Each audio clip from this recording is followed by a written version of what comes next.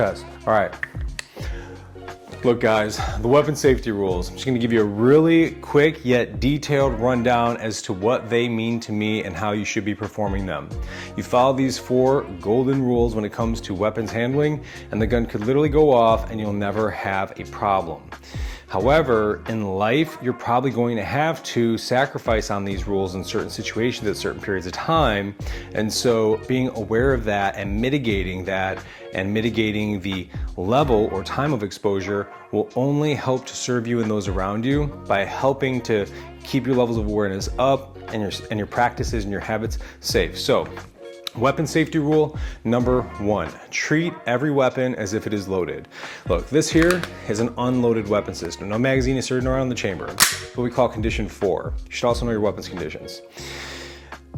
But I don't just go around talking with my hands. I don't go around pointing it at different things. I don't go tossing it to people. I still treat it as if it could go off at any point in time if this trigger was actually pulled back to the rear. So weapon safety rule number 1, treat every single weapon. We say weapon because we're talking about anything that potentially has a projectile as if it were loaded. Treat every weapon as if it were loaded at all times. And I got a video that I normally play in the class where it's a cop talking to a gun store owner about a gun on display behind the counter. Gun store owner pulls it out, gives it to the cop. The cop actually chambers around and then shoots his finger off somehow. Anyways, point is, treat every weapon as if they are loaded. Weapon safety rule number 2, keep your finger, meaning your trigger finger, straight up and off that trigger until you're actually aimed in and ready to fire. Now, what do I mean by this? This is your trigger finger. So with that meaty portion of your J hook up underneath that beaver tail and nice high firm pistol grip, you're keeping this thing straight at all times. I used to say keep your trigger finger straight up and off the trigger until you're aimed and ready to fire, but it was just a little too redundant and confusing. So keep your finger straight up.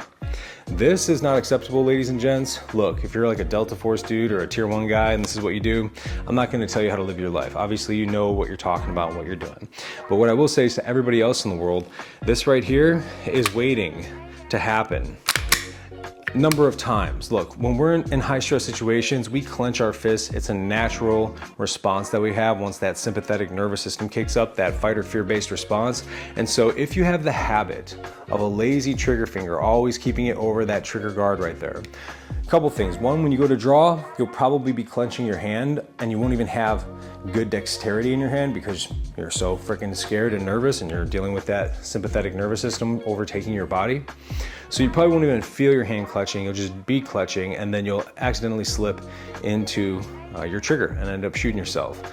Or if you get in a shoving match in the process thereof, because most concealed carry engagements begin less than 5 feet from one another, think robbery, rape, assault, things like that. So if you have a lazy trigger finger and you get into a hand-to-hand with somebody and you go to draw your gun, bam, you could end up pulling that trigger for sure. You get pushed over, bam, you could end up pulling that trigger, sending a bullet way up into the sky somewhere. And so keeping it straight up and off that trigger until you are actually aimed and ready to fire. Now, yes, as you get more advanced in your shooting career, there are other times where you'll be shooting without being fully aimed in and presented. I get that. But for 99% of the rest of you out there, keep that finger straight up and off the trigger until you're actually aimed in and then ready to fire. That's when it comes down here. When we're doing weapons manipulation, locking the slides to the rear, loading and unloading, that trigger finger stays straight and up. Most particularly, it stays straight. Look, if you got to disassociate it all the way out here so that you can lock the slide to the rear on whatever type of gun it is that you're using, then do that. But you need to practice on keeping this thing straight because these tendons are all tied together. You can't touch your middle finger to your hand without your ring finger, for example, moving down. And so you have to stretch out those tendons. You have to build that muscle memory, that neural memory within the skeletal muscle network on keeping it straight at all times, because you're never going to rise to the occasion. You're only going to fall back to the greatest level of training you've ever received. And if the greatest level of training you've ever received is bad habits that you've done continuously for X amount of time, months, weeks, days, even years, decades, then you're only solidifying the likelihood of having some sort of an incident. So keep that finger straight up and off the trigger until you are aimed in and then ready to fire. Weapon safety rule number 3, Never point the weapon at anything you're not willing to destroy. So here we have the muzzle, which is the front of the gun. Out of that is what the bullet travels from. Whatever this happens to be pointing at, that's where the bullet is going to be going towards, and so you had better be willing to destroy it if you're going to be pointing a weapon at it. The way that I tell people is that I keep it flat to the deck, parallel to the ground. Act as if there's kids running around you at all times. Whenever we're doing our loading or unloading drills, we bring it up here to that workspace, but look how I flare the gun. Some people flare it straight. I like to just flare it out just for that safety measure. And boom. I also think that it saves me time when it goes back to just this right here. So I'm not all the way up here and having to make that big of a movement and motion, both up and then back down. I'm just, and then I'm right back on target again. And so keeping that barrel flat to the deck, pointed in that safe direction. You know, the other thing about this is that when you get into presenting your weapon, especially if you start using something like a red dot, a lot of people have trouble finding that red dot because the weapon is usually canted whenever we come up to our sights. So you're gonna wanna get in the habit of keeping that thing absolutely flat. You wanna feel that force, that punch, so that you know your barrel is flat to the deck, your weapon's flat to the deck, and you'll pick up those sights a lot faster. Also, you won't even eventually need your sights because when your body develops that memory of just pushing out forward and whatever you're looking at is what you're aiming at, because you bring the sights to your eyes, not your eyes to the sight.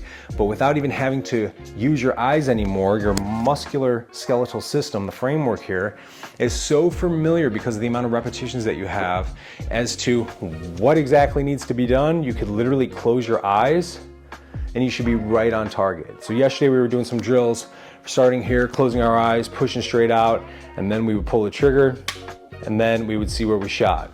And the closer you are to where you think you are in your mind, obviously the better muscle memory that you have. So always treat every weapon as if it is loaded. Keep your finger straight up off the trigger until you're aimed and ready to fire. Never point the weapon at anything you're not willing to destroy. The other thing about not pointing the weapon at anything you're willing to destroy, guys, appendix carry, I don't know, you do you. I've done it many times. It makes me feel very uncomfortable. That's a little side note. But what I will say is that people often, when they do weapons manipulation, they will turn the gun. Don't turn the gun, especially on the firing line, because who's gonna be next to you? Turn your body. That muzzle is anchored downrange. Downrange is where the targets are at, where the bullets are going. Bullets are going down that way. Uprange is supposed to be the safety zone. Keep this thing anchored. Turn your body, not the gun. If you're doing movements, like running movements, keep the weapon anchored downrange in that safe direction. Never point it at anything you're not willing to destroy. All right. Lastly, know your target, consider the foreground and the background. Why does this matter? Well,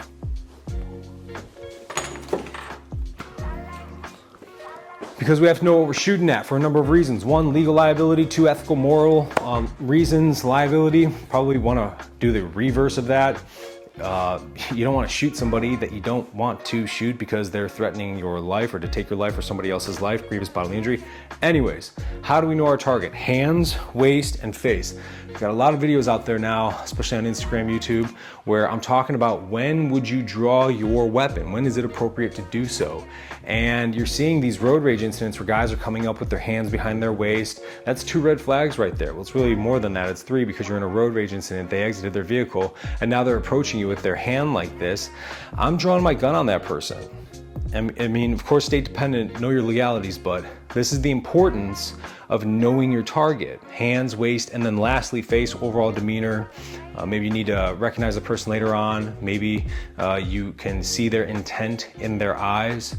But my point is that you want to be observing hands. So in a road rage incident, somebody's getting out of their vehicle. They come around their vehicle. People have the tendency to lock onto the eyes of that person. Why? Because of mirror neurons, and that's gateway to the soul. It's what we do as human beings. But that's not the point here. What we're concerned about is what's in his hands. And if we don't see anything in his hands, what's around his waist? What's he doing with his hands and his waist? Is he reaching for something? Does he have something on there that he's walking open carrying? Does he have his hand underneath his shirt? Something like this. You guys see what I'm saying? Because that's where we keep weapons most of the time. And then Lastly, face. That's when we go to the face. That's when we see the demeanor. But coming around that car, I see a weapon in that hand. I'm already unholstered. If you're a maniac and you've cut me off and boxed me in somewhere on the road, I'm already unholstered. And then I see you get out of your vehicle. Okay, now I got both my hands on that gun down here in that low modified sitting ready position. And then I see you walk around your car. I'm looking at your hands and your waist. That's it, hands and waist. And I see a weapon, I'm gonna engage you. Now, if I see that your hands are behind your waist, I'm gonna present and I'm gonna be ready to engage you. Because that, to me, is reasonable belief that I'm about to receive death, great bodily harm, or injury, especially if I'm with my family or somebody that I love or care about. So I don't really hang out with too many people. Anyways, point is hands, waist, face. Know your target. Okay, it's important for ethical and moral reasons, but also for legal liability as well, which is why I recommend you join JM Training Lethality University and you get USCCA elite level membership with elite level benefits. So that includes all that Delta Force, that Delta defense, insurance, coverage, everything, plus access to all of their training, my training, all the training you could ever want in the world. Anyways, if you want more information on that, go to joemalonetraining.com, Lethality University. But I digress back into the weapon safety rule, know your target, consider the foreground and the background. Why does the foreground matter? Life is dynamic, things move, people move, kids, other people come in nearby. Your wife might get snatched up and pulled in front of you while you're in the process of drawing your gun because most concealed carry engagements start less than 5 feet from one another. You could be in a vehicle and you might need to shoot through a windshield. How's that windshield going to affect the trajectory of your round? Because you will be held accountable morally, ethically, and then also legally if that round goes somewhere and hits somebody that it wasn't intended to hit, that you weren't justified in hitting with it. So understanding what lies between you two is very important. What if they're behind cover? What if they're behind concealment? What's the difference between the two? What if you're behind one or the other? How is that going to affect your method, your mode of engagement? And so just know your target, consider the foreground, and then lastly, the background. Bullets will travel through things, especially this close, 900, 1100, 1200 feet per second for a lot of handgun caliber weapons. It's gonna cut through somebody like butter. Regardless of the size, for the most part, the vast majority of them will push through people. That's why it's important you understand what is the backstop behind the thing that you are engaging. Is it a wall? Is it an open street? Is it a busy street? Is it a car? Is it another person? You have to know these things. You have to be capable of having spatial awareness, the physical awareness of what is taking place around you in that high stress moment prior to you beginning to execute said movements of drawing your weapon and engaging somebody. You have to know how to do that stuff. And that's the importance of taking next level training and having good thought process training in high stress situations, like having to problem solve while shooting targets at the same time, while getting your heart rate up, while enduring physical stress, then solving more complex problems with more intensity to each of those stressors added onto you in a nice controlled environment. That's what makes most firearm training very, very fun and very challenging and very fulfilling, because you're really doing something new. It's a true physical skill set that is also cultivating a new mindset, a new way of thinking about things and seeing things in this world. And that's what's so beautiful about empowering ourselves with any sort of a skill, whether it's sports or music or firearms training. Like, it's, all in the same realm of self-improvement, just various different aspects. And so I can't encourage you guys enough to get that type of training. And if you want, that's what we do over at JM Training. You can talk to anybody who's a part of it. We go shooting every single month, and we have all sorts of cool new little things that we're constantly working on, helping one another, keep each other accountable, and then improve upon our overall ability to protect ourselves. And if we could eventually train all the communities in the local area, well, that's a town that criminals aren't just gonna wanna mess with. But anyways, know your target, consider the foreground and the background. Lastly, on the background piece, hollow point ammunition, self-defense type ammunition, that's what you need to be carrying with you out and about in your day. On the range, use some ball ammunition or some frangible ammunition, but when you are walking about yourself with your everyday carry, or EDC as they call it, then you should be having hollow point or some sort of defensive ammunition in there, because what that's designed to do is to break apart upon impact with that target, with that bad guy, with that bad person. And it then limits the over penetration and maximizes interior stopping power. And so you have a greater chance of neutralizing the threat. You have a greater chance of not hurting anybody else if in the moment you do make this call, this shot, and then somebody does walk behind that person, that target. They have a infinitely greater chance of not being hurt or killed whenever they are passing through and you are in the process of engaging that criminal. And so really important that you have the right type of ammunition. For home defense itself, there's home defense ammunition. And just a side note, I think the best home defense weapon system is a shoulder fired 9mm rifle, or like handgun, like an MP5 or an MPX or something like that, with 9mm hollow point ammunition and a red dot and a flashlight on the front. I think that that is the best home defense weapon. That's my opinion. What do you guys think? In the state of Illinois, people can't have that, so I usually recommend a shotgun, 20 gauge, 12 gauge, semi-auto, pump. It doesn't really matter. You just kind of have to know what you're doing when you use it. Semi-auto shotguns are badass, but they're very difficult if you have to deal with a stoppage. Pump action, much more reliable. Anyways, recap of the weapon safety rules. 1, treat every weapon as if they are always loaded. 2, keep your finger straight up and off that trigger until you are aimed in and ready to fire. 3, never point the weapon at anything you're not willing to destroy. 4, know your target, hands, waist, and face. Consider the foreground and the background.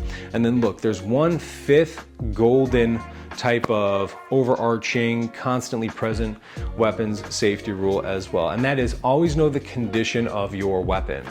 And the condition of your weapon is subjective to its state of being loaded or unloaded or partially loaded, depending upon what part of the process it is currently in. And so if you don't know what weapons conditions are, leave a comment. I'll make a whole video on that. It's a really huge, fundamental, important principle of understanding and becoming really proficient and competent in firearms handling. So those are the weapon safety rules. Let me know if you have any questions at all. I'm here to help you out any way that I possibly can at understanding that, because once you have those ingrained into your brain, your brain eventually is going to be tired of thinking about it, burning calories, so it puts it in the subconscious. Once we get it into that subconscious, where you are now unconsciously competent, when we're talking about the learning hierarchy, unconscious competence means you just do it. And when you are just doing weapon safety in all the varieties of environments that you could possibly be in, that's when you're one safe dude or one safe chick. And you're probably pretty badass at handling weapons at that point, because you're doing the right thing and you're building incredible fundamentals, and incredible fundamentals repeated over a period of extended time have compound value, and you become really badass at whatever it is that you're trying to do. So thank you all very much. Hope you have a great night, and I will talk to you soon.